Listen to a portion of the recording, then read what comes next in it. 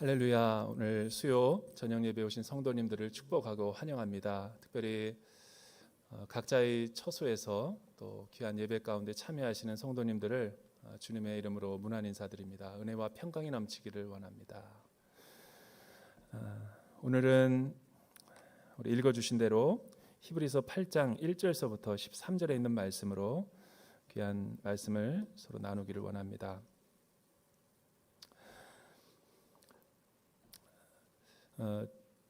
예전에 그 100주년 기념 교회 담임 목사님이셨다가 지금 이제 원로 목사님이 되신 이재철 목사님께서 쓰신 책 가운데 참으로 신실하게라는 책이 있습니다.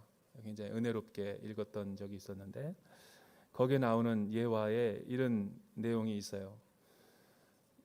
우리가 잘 아는 에베레스트 산을 우리나라의 최초는 아니고 두 번째로 이제 등반하신 유명한 산악인이 있습니다. 허용호 씨라고. 에베레스트에서 가장 높은 산의 높이는 해발 8,848m입니다. 그는 극한의 상황에서 그곳을 마침내 정복하고 태극기의 깃발을 그 본좌에 꽂은 사람으로 굉장히 유명하죠. 그런데 그가 에베레스트 산을 등정하던 중에 한 148m 정도 남겨놓았을 때, 그러니까 얼마 남지 않은 상황이었죠.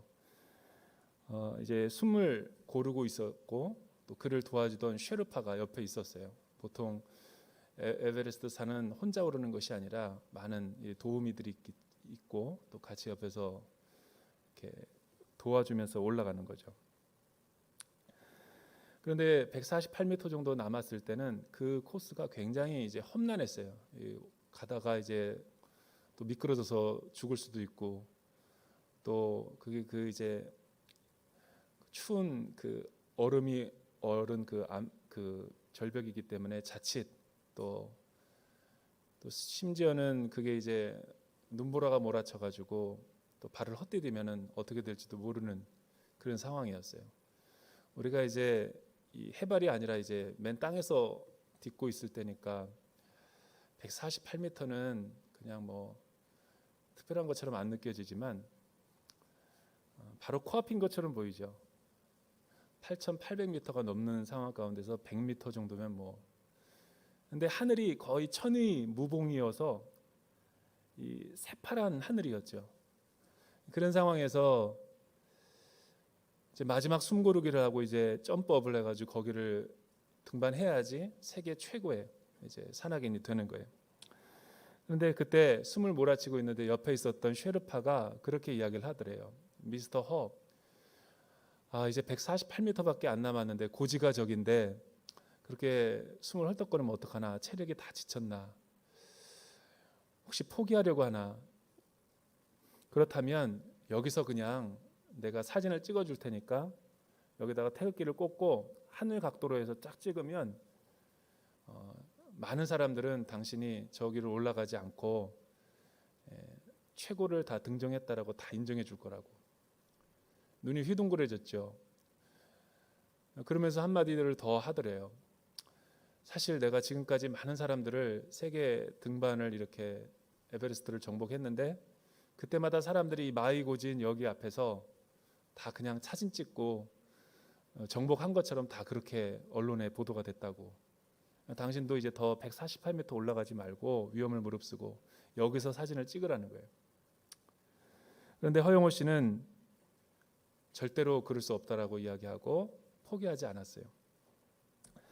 왜냐하면 그는 한국에서부터 에베레스트를 정복하기 위해서 고도의 맹훈련을 했을 때 항상 그 사진을 보면서 꿈을 꾸기 시작한 거예요. 어렸을 때부터 에베레스트 산을 처음으로 자기가 등반하고서 대한민국 국기를 그 최고의 위치에다가 꽂아놓고 국위선양하고 자기가 산을 정복하는 게 비전이었기 때문에 아무리 쉐르파나 옆에 사람들이 유혹과 현혹의 말로 요 8,700m 앞에서 사진 찍고 가자, 아무도 모른다, 또 수많은 사람들이 그렇게 했고, 그러나 그거를 마음에 내키지 않아 했어요. 왜냐하면 사람에게는 허용호 씨가 진짜 가슴에 품어온 그 에베레스트를 바로 눈앞에서 보고 있는데 진짜 꿈이 가짜의 유혹에 흔들릴 수 없죠. 설령 거기서 사진 찍고 이게 최고 내가 등정을 했다라고 언론에 보도하고 사람들은 믿어준다 할지라도 자신이 갖고 가는 그 마음의 형상과 이미지는 평생 지울 수 없는 상처로 남아있게 되는 거예요. 왜 그랬을까요? 허영호 씨는 자신의 눈에다가 그 에베레스트 산의 최고봉을 놓은 것이 아니라 자신의 마음에 품었기 때문에 그런 거예요. 여러분, 가짜는 진짜가 나타날 때 사라져 버리는 거예요. 우리 인생 가운데 얼마나 거짓된 것과 가짜의 유혹과 신기루들이 많아요. 제가 중국에 5년 동안 있을 때 우리 첫째가 8개월 때 데려갔었는데 걔가 이제 커가면서 말도 배우고 또 문화도 익히면서 한 번은 걔가 아직 그 글자를 모르고 또 제대로 걷지 못할 때부터 계속 이렇게 언어 훈련과 그림책을 보여주던 기억이 나요.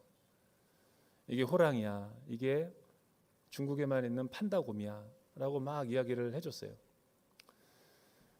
그런데 걔가 이제 걸어다니면서 또 이제 그 유치원도 등하가면서 학교 다니면서 이제 어린이날 때 그 동물원을 가고 싶다 그래서 동물원을 갔어요. 근데 내가 그림으로만 보여주던 그 판다가 진짜 공원에 있으니까 얼마나 놀래요. 주원이가 하던 말이 아직도 잊혀지지가 않아요. 그 그림에서 봤던 게 있다라는 거예요. 그러니까 그림으로 본 거는 사실이지만 그거는 실제가 아니죠. 그림자이고 모형에 불과하죠. 성경에서 율법은 또 구약의 많은 제사 제도는 오실 그리스도의 십자가의 모형이고 그림자다라고 이야기를 합니다. 그런데 지금 우리가 히브리서를 묵상하고 오랫동안 공부하고 있는데 이 중요한 논점 중에 하나가 뭐냐면 왜 지금 히브리서 기자가 이 히브리서 13장의 한 편의 위대한 설교를 신앙의 회의가 들고 신앙의 위기가 찾아오고 믿음이 흔들리는 사람들에게 권면을 이렇게 해주고 있냐라는 거죠. 무엇 때문에 그들은 힘들어하고 무엇 때문에 그들은 신앙의 좌초의 위기 가운데 있는 거예요. 첫째 날 시간에 다 얘기했죠. 이 히브리서의 수신자가 누구고 어떤 사회적인 정치적인 배경 가운데서 히브리서가 쓰여졌고 유대교를 믿었다가 복음과 십자가의 능력으로 그들은 다 예수의 이름을 믿고 구원을 받은 그리스도인이 됐어요. 그러나 그들은 유대 그리스도인이라고 불려졌죠. 유대교의 모든 문화와 전통과 제사 제도를 다 알고 있었던 사람들이에요. 그들은 신약의 시대보다 구약의 시대에 더 익숙하던 문화적인 종교인들이었어요.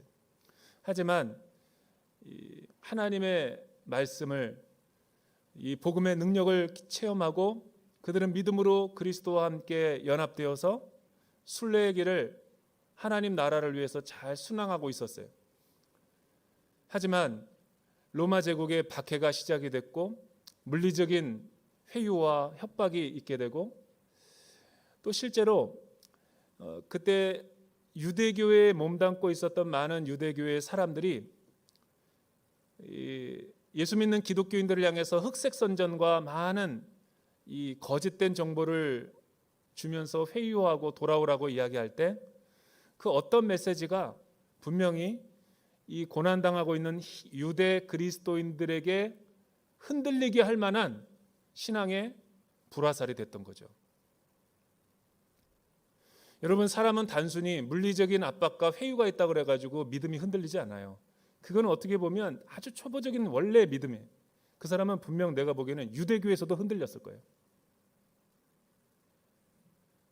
그러면 진짜 이 히브리서를 쓰려고 하는 목적, 의도와 함께 이 말씀을 듣는 사람들이 신앙에 왜 그렇게 힘들어하고 있고 그 힘들어하는 부분을 치유와 회복시켜주기 위해서 이 메시지가 전달되어지고 있다라고 전제를 한다면 이 메시지를 통해서 거꾸로 유추를 해볼 수 있는 거예요. 왜 히브리서 기자가 이런 멜기세덱을 동원하고 또 레위의 아론 지파의 율법과 제사 제도가 모형이며 그림자에 불과하고 예수 그리스도가 참된 하늘의 성소의 대제사장이라고 강조하고 있는가? 그거는 그들이 분명 히브리서의 메시지를 통해서 거꾸로 역추적을 해보면 그들을 진짜 힘들게 하고 신앙을 좌초하게 했던 것은 로마 제국이 아니었다라는 거예요. 외부적인 공격이 아니었어요. 물질적인 것 때문에가 아니라 그들이 믿고 그들이 의지하고 있었던 복음이, 하나님의 약속의 말씀이 점점 그들의 마음 가운데서 게으른 경건 생활로, 게으른 예배 생활로 희미해져 가고 있었던 거죠.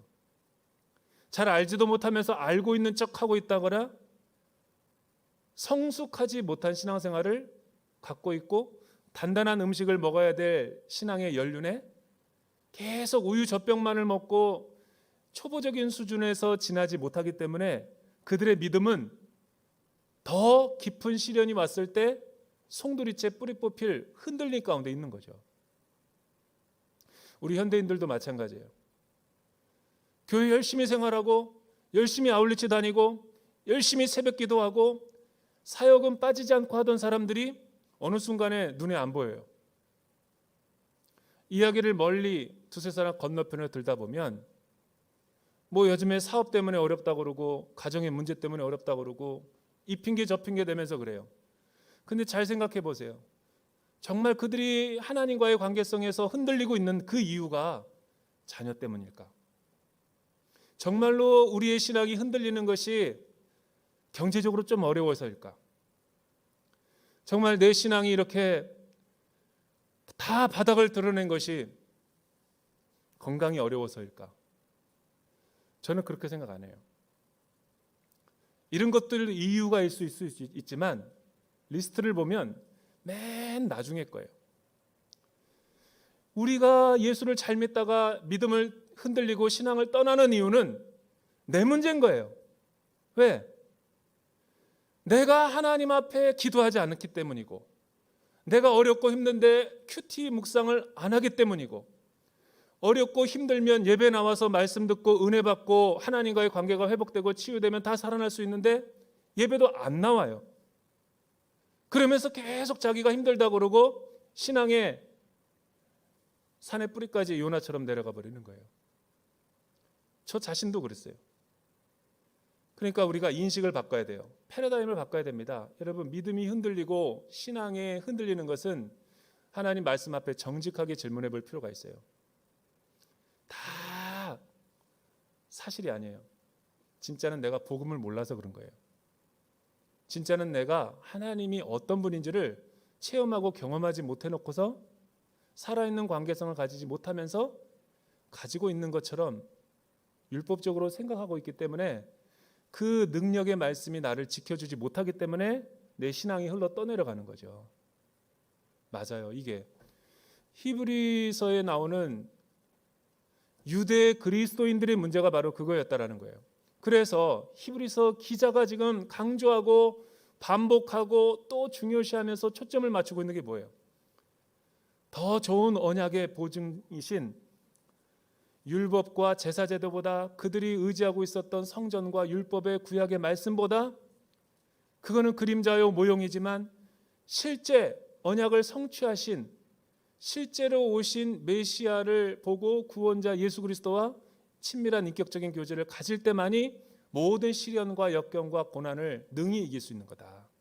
그거를 논증하고 싶은 거죠. 예컨대 전기가 안 들어오고 문명이 발달된 안 된 그 시골의 옛 저녁에 그 가정집들 가보면 다 호롱불 들고 촛불 켜놓고 거기서 삭바다질하고 거기서 공부하고 거기서 우리가 일들 했잖아요. 기억 안 나세요? 요즘 누가 그렇게 촛불을 켜고 공부하며, 요즘에 누가 그렇게 촛불 켜고 삭바다질하는 사람은 어디 있어요?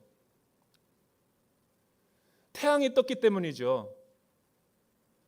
문명이 발달하고 과학기술이 발달하니까 언제 어디서나 불을 스위치를 켜고 대낮처럼 맑으니까 촛불이 필요 없는 거죠. 기껏 해봤자 요즘은 양키 캔들은 방향제예요. 방향제. 냄새 제거하려고 키는 거지 그걸 가지고 빛 보려고 하는 사람은 없어요. 히브리서 기자가 말하는 게 그거예요. 태양이 떴기 때문에 촛불이 필요 없다라는 거예요. 그런데 유대교가 유대 그리스도인들을 어떻게 회유를 했어요? 야, 여기는 성전에 그 예배가 있다. 예루살렘 성전. 우리는 토라의 말씀과 할례와 또한 레위기의 많은 제사법과 제사제도가 우리 가운데 있고 레위인들과 아론의 계열의 족보들이 있다.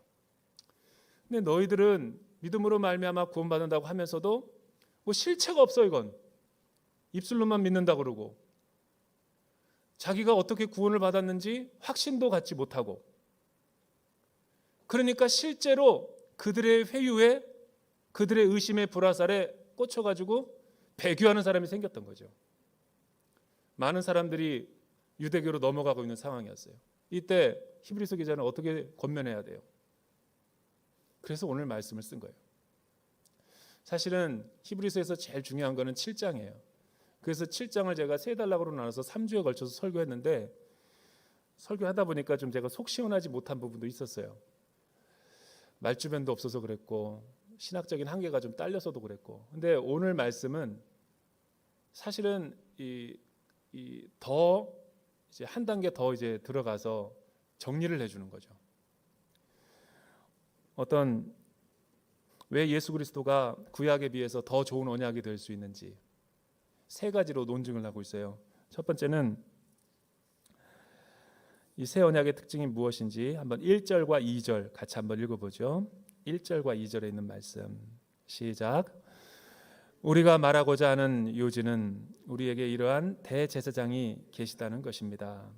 그분은 하늘에 계신 존귀하신 분의 보좌 오른편에 앉아 계십니다. 또한 그분은 사람이 세운 것이 아니라 주께서 세우신 성소와 참된 장막에서 섬기십니다.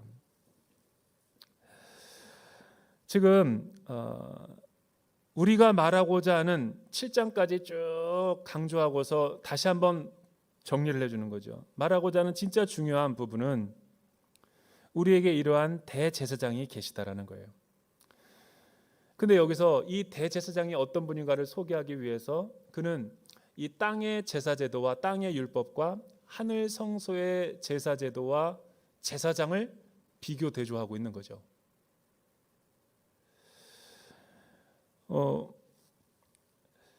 왜 히브리서 기자가 유대 그리스도인들에게 너희의 신앙이 흔들려서는 안 되는가? 답변하는 첫 번째 이유는 우리가 믿는 대제사장은 이 땅에서 아론과 레위의 계보의 땅의 제사제도의 율법에 속한 사람이 아니라 하늘 성소의 참된 장막의 대제사장이시기 때문에 그렇다. 누가? 예수 그리스도가.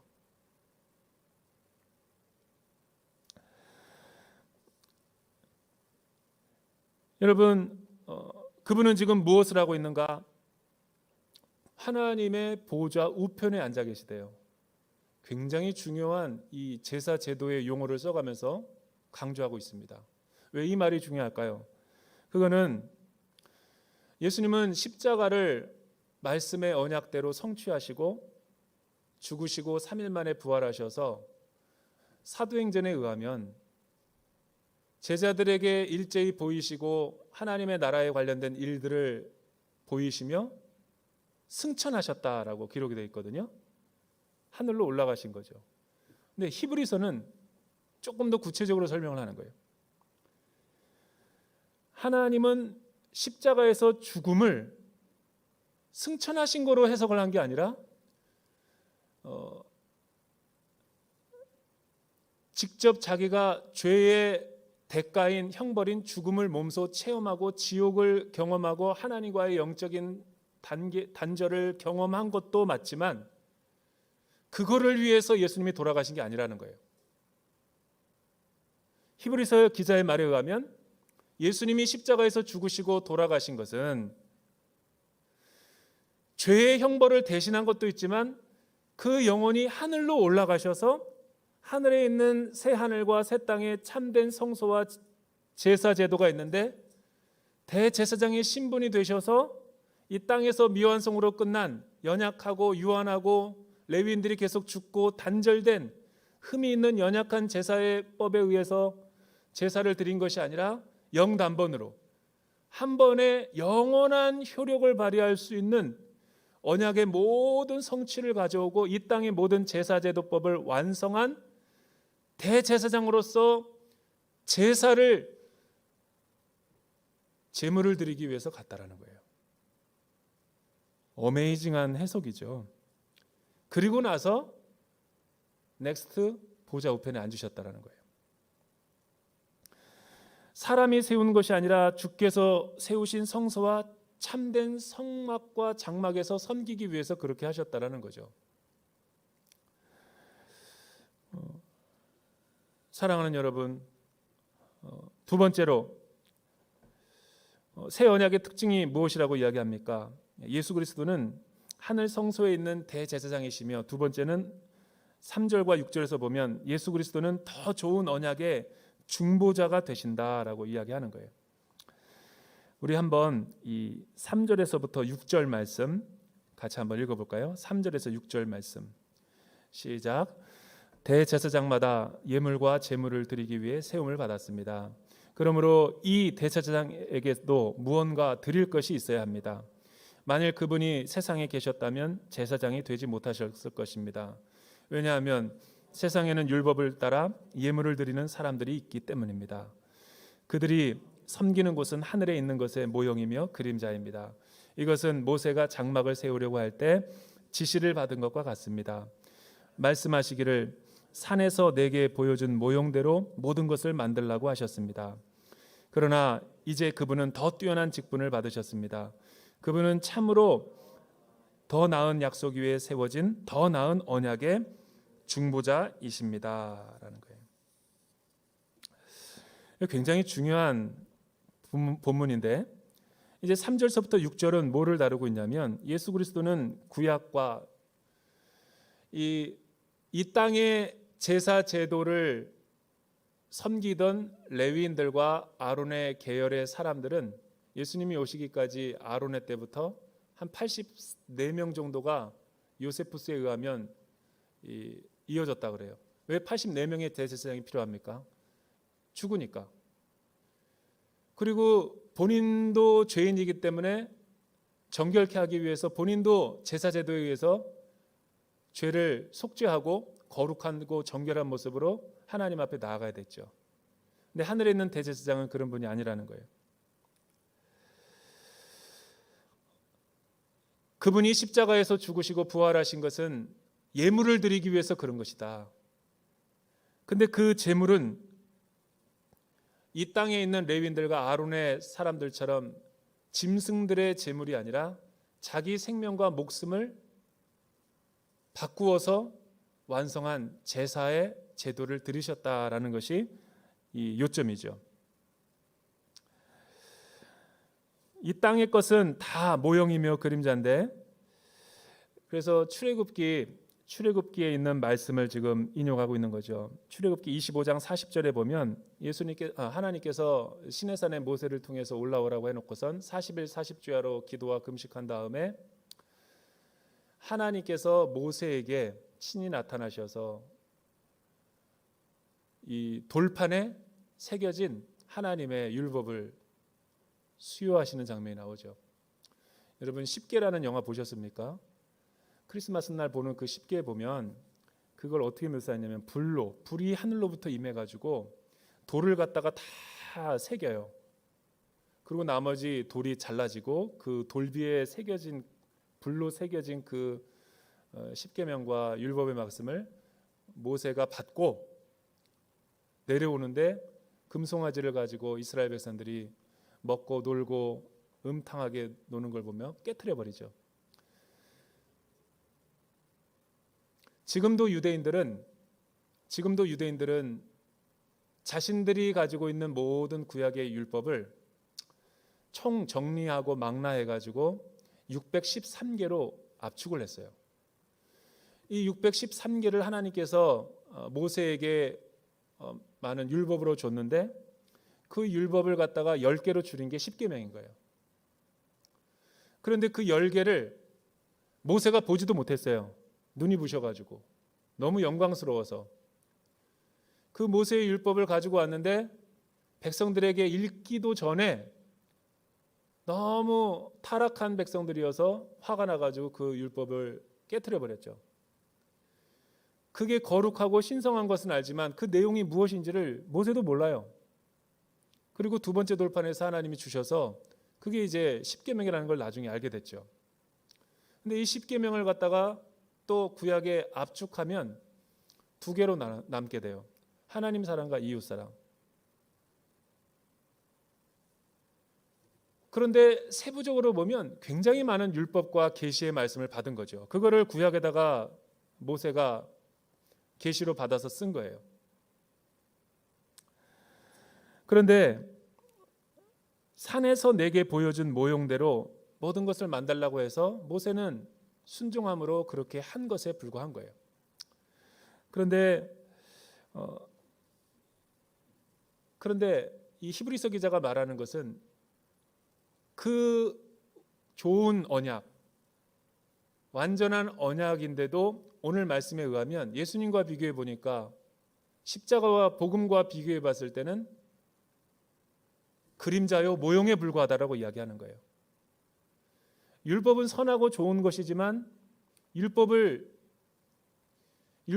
할 수 없는 것이 우리의 죄를 용서할 수 없고 우리의 죄 문제를 해결해 줄 수 없다라는 거예요. 올바른 길로는 인도하지만 그 자체가 우리에게 구원의 능력은 줄 수 없는 거죠. 마치 거울을 보고, 거울은 율법과도 같은데 거울은 내 얼굴의 모습을 보여주지만 나의 모든 죄 문제를, 더러워진 모습을 씻어줄 수는 없죠. 거울이. 나의 더러워진 모습은 때는 비누로 씻어야 되는 거예요. 율법은 비누의 기능은 없어요. 우리의 죄를 용서하고 씻어줄 수 있는 기능은 없단 말이에요. 지적은 잘하죠. 그래서 모형이자 그림자라는 거예요. 그 율법 자체가 가치가 없다거나 잘못됐다라는 것이 아니라 그 율법을 지킬 수 있는 힘과 능력이 타락한 인간의 본성에게는 없기 때문에 상대적으로 불완전하다라는 거예요. 그런데 대제사장이시며 하늘의 성소에서 단번에 제물로 드리시고 우리에게 생명을 주고 구원을 주신 예수 그리스도는 어떤 분이신가? 율법을 완성하신 분이면서도 동시에 우리의 연약한 죄의 문제를 친히 용서하시고 우리에게 죄를 이길 수 있는 능력을 주신 분이기 때문에 더 좋은 언약의 보증자다라고 이야기를 하는 거예요. 이거는 마치 이렇게 비유할 수 있을 거예요. 옛날 시골 교회 가면 할머니들이 글자도 못 읽으면서 예배당에 앉아가지고 목사님 말씀 듣고 그냥 신앙생활하는 분을 참 많이 봤어요. 옛날에 할머니들. 근데 그 참 농어촌의 할머니들 보면 너무 공부를 안 시켜가지고 초등학교도 못 나오니까 글을 못 읽어요. 버스를 탈 때 그런 거 보셨어요? 손주가 반드시 손잡고 태워다 줘야 돼. 그리고 속옷 네이 같은 거 살려고 해도 무슨 집이 간판을 보고 그걸 읽을지도 못해요. 그러니까 사회적으로 관계가 막히고 생활에서 얼마나 불편한 것이 많아요. 불편한 것이 너무 많아요. 제가 TV에서도 그것도 봤어요. 지금도 있어요. 그런 분들이. 돈이 얼마의 가치가 되는지도 몰라. 그런데 그런 분도 예수 믿으면 다 구원을 얻어요. 단 말씀을 모르기 때문에 성경을 못 읽어. 누군가가 대신 목사님의 설교를 듣고 또 구역장님이 누가 설교를 성경 공부를 해줘야지만이 아멘으로 그냥 받아들이는 거지, 심지어는 찬송가도 못 불러요. 글자를 모르니까. 읽어서 부르는 게 아니라 외워서 부르는 거죠. 구원에는 전혀 문제가 없습니다. 근데 무슨 문제가 있냐면 감격이 약해요. 그런데 거꾸로 생각해 보세요. 구약이 마치 이런 거예요. 보긴 보는데 희미하게 보는 거예요. 그런데 내가 검정고시를 학원을 다녀가지고 글을 배우고 까막눈에서 멀어지고 내가 독해가 되고 글을 읽게 되고 공부를 해가지고 공부가 가능한 것인 거예요.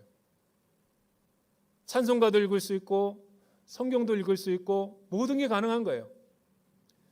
이 차원이 다른 거죠. 클래스가 다른 거예요. 남들이 얘기해 주는 거랑 자기가 직접 하나님과 1대1로 인격적인 관계성을 하는 거랑 수준이 다른 거죠. 수준이 다른 거예요. 여러분들이 이야기를 하니까 별로 은혜를 못 받고 잘 못 알아듣는 것 같아요. 그러니까 마치 이런 것과 똑같죠. 여러분들 그 미국에 갔는데 타문화권에 갔는데 항상 비즈니스를 한다고 하면서 통역이 따라다녀요. 통역. 저는 그런 사람들 참 많이 봤어요. 통역을 조심하란 말이 있어요. 통역을 데리고 다녀요. 비즈니스를 하는데. 통역을 데리고 비즈니스를 하면은 재산 잃어버리기 딱 좋습니다. 계약서에 언어를 모르니까 자기 이름을 대신해 가지고 나중에 법적으로 모든 소유가 자기 통역게 되는 거예요. 이건 제가 본 거예요. 본 거. 재산 다 잃어버린 사람 많아요. 아니, 언어도 못하면서 통역 끼고 어떻게 비즈니스를 해요? 내 돈 가져가슈라는 말과 똑같죠. 여러분, 그러나 사업하는 사람이 3년 동안 어학연수를 하고 문화를 익히고 이 커뮤니케이션이 가능하다고 생각해 보세요. 이 확장성이 다르죠. 사기를 당하더라도 멋있게 당해. 그렇게 왕창 당하지 않는다고요. 지금 그 느낌이에요. 여러분, 우리가 구약에 있는 것은 희미한 거예요. 모형이자 그림자.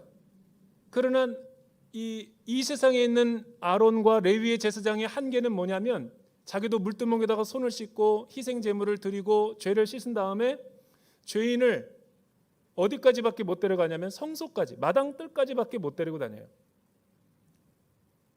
백악관에 여행을 가고 관광을 가지만 여러분, 나에게는 아무도 그 관저까지 데리고 가서 대통령과 면담시킬 사람이 없다라는 거예요. 이 지상의 제사장들이 그렇다는 거예요. 이 지상의 율법이 그렇다는 거예요. 그런데 우리 대제사장 하늘의 성소에서 단번에 제물로 드리시고 구원을 성취하신 예수 그리스도는 어떤 분인가? 우리를 데리고 하나님의 나라에까지 지성소까지 데려가고 인격적인 관계를 맺게 하고 직접 소통을 하게 한다는 거죠. 얼마나 위대한 거예요. 부분적인 것이 아니라 전체적인 것을 보여주면서 우리에게 놀라운 구원의 맛을 알게 하는 거죠.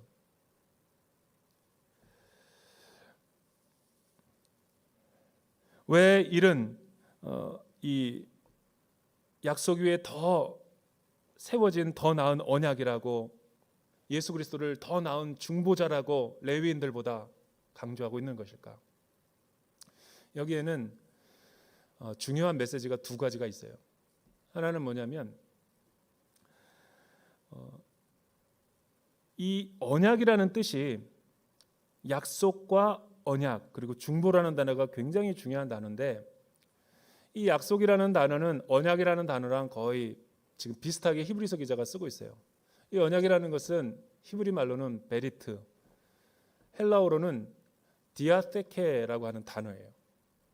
이거를 영어로 굳이 번역하자면 이 커버넌트라는 단어예요. 커버넌트.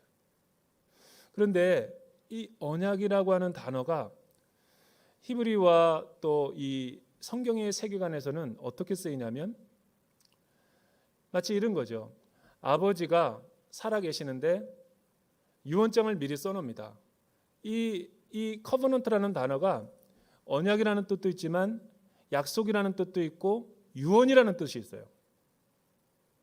아버지의 모든 재산을 자식에게 유언장에다가 다 물려줄 것을 기록하고 서약하는 거죠. 그걸 언약이라고 하는 거예요. 그런데 문제는 살아있을 때는 아무런 효력을 발휘할 수 없는 거예요. 그 조항에 그게 있는 거예요. 내가 죽은 이후에야 이 효력이 발생한다. 왜 여러분 언약이 유언이에요? 아버지와 아들과 하나님과 하나님의 기업을 우리가 이 구원의 기업을 받는 관계가 왜 아버지와 자녀의 관계일까요? 예수 그리스도가 하늘의 성소에서 대제사장의 속죄 제물로 우리의 죄를 위해서 드려졌기 때문에 그 하나님의 기업과 생명이 우리에게 효력을 발휘하게 되는데, 예수님이 십자가에서 죽지 않으면 효력을 발휘할 수 없어요. 그는 마치 이런 것과 똑같은 거죠. 운전면허를 갱신을 안 했는데 4월 20일까지야. 4월 20일까지 갱신을 내가 하고 검사를 받아야지만 10년이 더 갱신이 되는데 그 날짜에 갱신을 안 한 거예요. 그러면 옛 운전면허가 효력이 없어요. 왜? 신용카드와 똑같은 거죠. 그런데 갱신을 한 사람들은 계속해서 효력을 발생하는 것과 똑같은 거예요.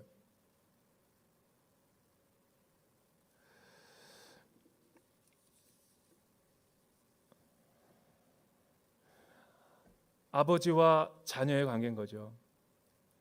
그래서 예수님께서 우리의 더 나은 언약의 중보자가 되셨다라고 이야기를 하는 거죠. 왕과 신하의 관계에서도 마찬가지죠. 베리트, 언약 관계를 맺었다면 왕은 그 신하가 왕에게 충성을 다하고 헌신을 다할 때 은혜로서 그 신하의 모든 생명과 재산을 보호해 주는 거죠. 그게 효력이고 그게 언약이고 보증자죠. 만약 그렇지 않을 경우에는 우리의 생명을 둘로 쪼개는 것 같은 죽음을 면치 못하는 거예요. 그게 언약의 뜻입니다. 그래서 하나님은 왜 예수 그리스도가 하늘의 참된 장막의 대제사장이시며 우리의 연약함과 이 지상의 장막에서 섬겼던 율법과 레위인들이 할 수 없는 것을 예수를 믿으면 믿음의 신비한 연합을 통해서 과거와 현재와 미래의 모든 죄를 다 도말하고 하나님과 영원한 관계성 속에서 우리에게 은혜의 선물을 다 줄 수 있는가? 그 이유는 자신의 이름을 걸고 언약에 대한 맹세와 보증을 했기 때문에 그런 거죠. 그래서 언약을 할 때는 항상 당사자들이 자기의 생명을 담보로 거는 거예요. 우리가 집을 계약하거나 융자를 할 때 보증이 없으면 누가 해줘요? 그 보증의 가치가 높으면 높을수록 확실한 거죠. 그래서 이 언약이라는 것은, 맹세라는 것은 위에 있는 사람이 아래에 있는 사람들에게 하는 것이 맹세인 거예요. 그런데 하나님은 자기보다 높은 분이 없기 때문에 자기의 이름을 걸고 자기의 생명을 걸고 맹세를 하고 이 언약을 지키신 거예요. 그 대리자로서 삼위일체 하나님의 아들이 예수 그리스도가 십자가에서 자신의 목숨으로 우리의 모든 속죄와 모든 피 흘림의 대속에 보증을 해주셨기 때문에 은혜 아래서 영원한 구원과 생명을 누릴 수 있다라는 것을 하늘의 대제사장이라고 표현하는 거죠. 잘 따라오고 있는지 모르겠어요. 나 혼자 지금 이렇게 하는 건지.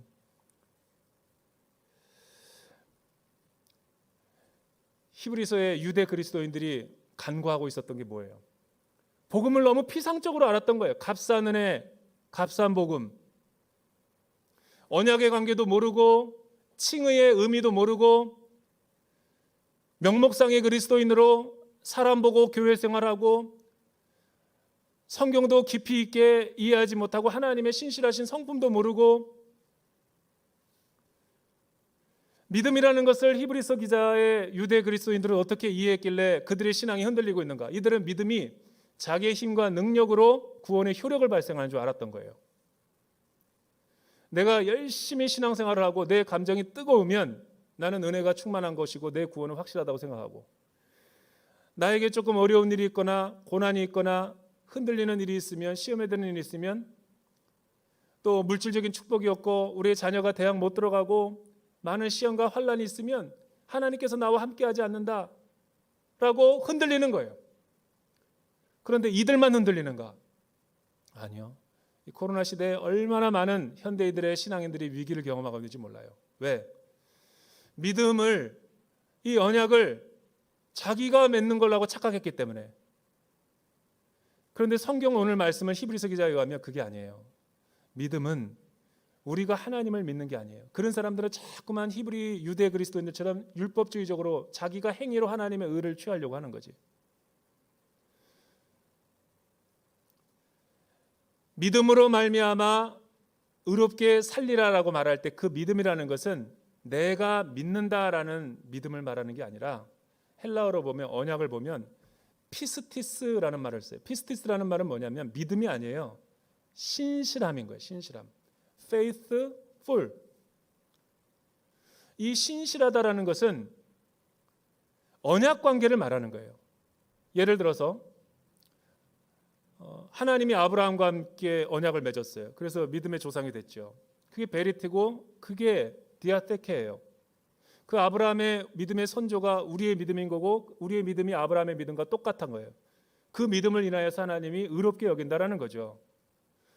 그런데 아브라함이 하나님의 믿음에 그것을 의로 여기셨다라고 할 때 그 믿음은 내가 아브라함이 하나님을 믿는다라는 의미가 아니라 언약의 관계에서 아버지가 아들에게, 왕이 자신의 신하에게, 신하가 그 언약 관계를 잘 신실하게 지킬 때 왕이 블레싱하고 축복하고 신실하게 갚아주는 은혜와 보상을 말하는 거죠. 그런데 이미 이 언약은 레위인들과 율법의 이 땅의 장막에 섬기는 사람들과는 달리 하나님께서 하나님의 이름으로 맹세를 했고 자신의 목숨을 걸고 보증을 세웠기 때문에 설령 아브라함과 우리 자신이 하나님 앞에 신실하지 못한다 할지라도 우리의 구원을 떠내려가거나 잃어버리는 것이 아니라 하나님은 여전히 우리에게 신실하게 은혜와 사랑을 베푸신다라는 조건 없는 사랑을 이야기하는 거예요. 이리 은혜와 언약의 풍성함을 깨닫게 되면 우리 신앙은 순간적으로는 흔들릴 수 있어요. 인간이기 때문에. 그러나 계속 흔들리지는 않아요. 그 은혜와 사랑을 깨닫고 말씀을 깨닫고 예배를 통해서 기도를 통해서 묵상을 통해서 그 신실하신 하나님 앞에 부족함과 연약함에 있더라도 예수 그리스도의 공로를 의지해서 자꾸만 주 앞에 나가는 거죠. 그래서 우리가 죄를 이기고 유혹을 이기고 시험을 이길 수 있는 능력과 힘이 생기는 거죠. 반대로 내가 하나님을 믿는다라고 믿는 사람들은 늘 율법주의로 돌아가요. 내가 이렇게 사역 안 하면 하나님이 나를 벌 주실 것 같아서, 내가 헌금을 안 하고 내가 이렇게 하나님 앞에 뭔가 도덕적으로 윤리적으로 깨끗하지 않으면 또 하나님이 나를 구원을 빼앗을 것 같고 나의 신실함으로 믿음을 이루려고 하니까 힘든 거예요. 그런데 하나님이 하시면 쉬워요. 그래서 우리 마음 가운데 믿음이 좋아지는 비결은 하나님을 내 마음 가운데 신실하게 모셔드리는 거예요. 하나님과의 그 언약의 관계를 깊이 신실하게 가져가는 거죠. 그런 사람만이 하나님의 은혜에서 떠나지 않게 되는 거예요. 한국 교회 문제는 제가 봤을 때는 지금 제가 몇 차례에 걸쳐서 이렇게 비슷한 얘기를 많이 하는데 믿음으로 말미암아 구원을 받는다고 하니까 내가 하나님을 믿는 거를 믿음으로 알아요.